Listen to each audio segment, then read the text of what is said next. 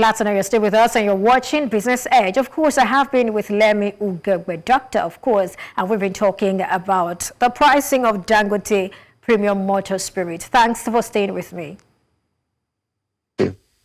Right, before we went on that timeout, you said so many things. Number one, you talked about Dangote being, all about having NNPC lift its PMS, being the sole offtake of its PMS. That's number one. And then you kept talking about from our investigation and all of that. So I'd like you to please make it clear. What investigation are you talking about? Our investigation, who did that investigation? And then for Dangote Refinery, you're trying to make an explanation saying maybe they want NNPC to be the sole off-taker because of subsidy. I'd like you to clarify that. Okay. Clearly, when I say our investigation, remember that my forte is investigative journalism, and I run a civil society organization also. And from all the intelligence we've gathered, Dangote, even at the amount he allegedly sold to the NNPC Limited recently, he would have been selling at a loss, because we understand that he's producing a litre at over 1,000 naira. So that's a major issue. And it still opens up the debate about whether or not federal government should subsidize the cost of fuel for the people, because if it's producing at over 1,000, it simply means that the hope of the people is definitely been dashed, because it's not a charity organization. I wouldn't wish that it would sell at less than the amount is bought. The business needs to stay alive. That's a business concern that will actually also help solve some of the unemployment problem in our country. The independent petroleum marketers themselves are saying that they cannot be buying Dangote Petrol at a cost more than what they are importing. It's a big challenge. I remember that the Dangote Refinery is situated in the free trade zone all around Lekki, and when independent marketers go to buy, they will be dealing with the Dangote Refinery as though they are going out to import petroleum products.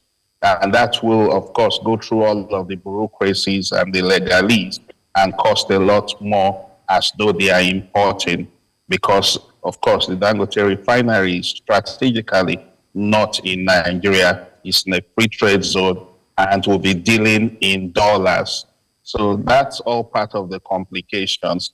And therefore, unless the regime of subsidy is revisited, Nigerians are in for a tougher ride, because from what's going on, Dangote did not need government to determine the price of diesel, but it's been waiting and doing the waiting game on what the cost of its PMS would be. That really tells you that the vagueness, the opaqueness, the uncertainty, the lack of steps to take decision and let the people just know what their fate is, it's a concern, and will continue to make the hope for some succor for Nigerians as regards the petroleum motor spirit to be like a pipe dream.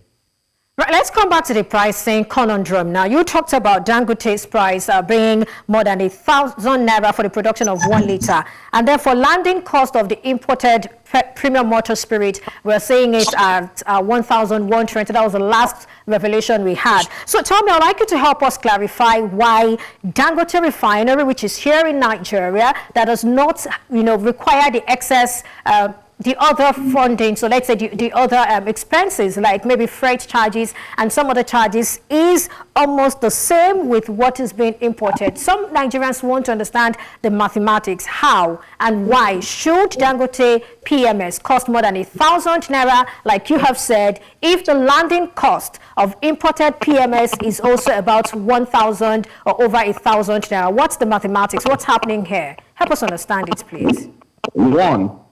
One, it has to be stated clearly that currently, of course, you've said it, the landing cost of PMS when imported is over 1,100 naira. That's well said. You would also really need to know. It's unfortunate that an official statement is not coming out of the Dangote Refinery to tell us how much it even cost him to produce what he's selling right now. But from our investigation, I repeat, they are producing it at over 1,000 naira. So if they are producing at over 1,000 naira, it will be unconscionable and insensitive on my part to expect him to be selling less than that. Then why are independent petroleum marketers concerned?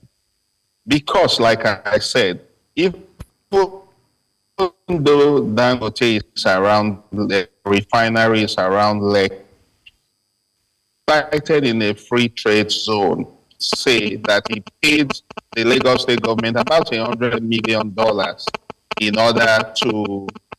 order to acquire the land where his refinery is sited.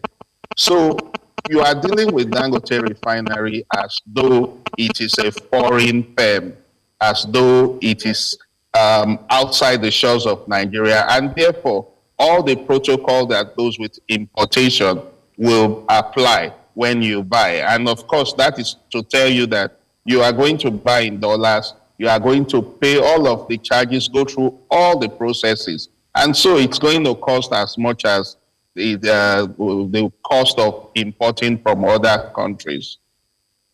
Well, that's quite interesting. I mean, I want to bring us back to the question of deregulation until we're sort of clear on what is going on in the oil and gas industry. Is the industry deregulated or not? Or do you think we're getting mixed signal from NNPC?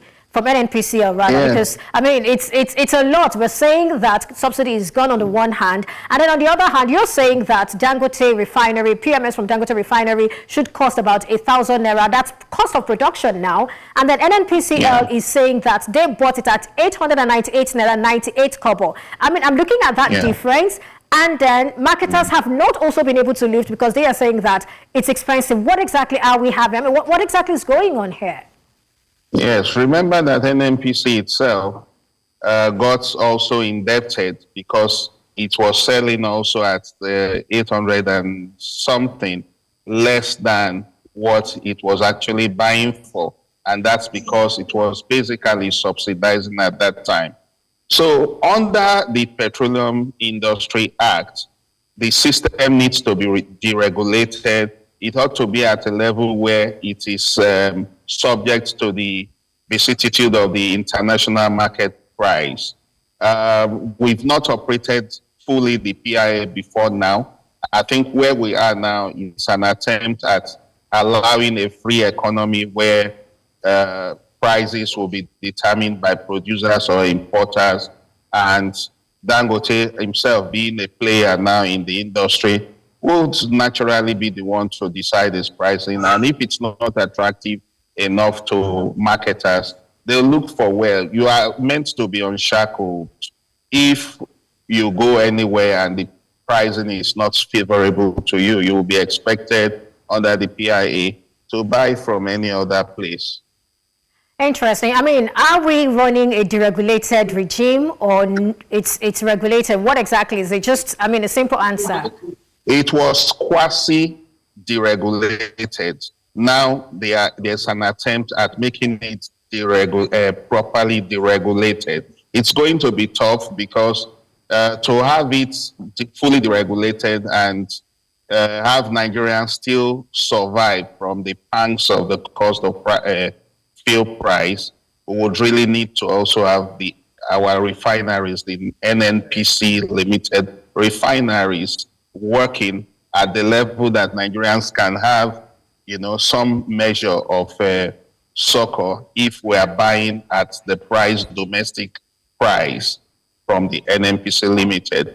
But as it is, the issue right now is that we do not have the refineries working yet, and so we are subject to the international pricing and, of course, to how much Dangote eventually decides to sell this product. Like I said, it is not a charity organization. Absolutely. It's not a charity organization, and I would expect it to make profit. Thank you so much, Lemmy Ughegbe, for your time and your thoughts on Business Edge today. Thank you very much for having me.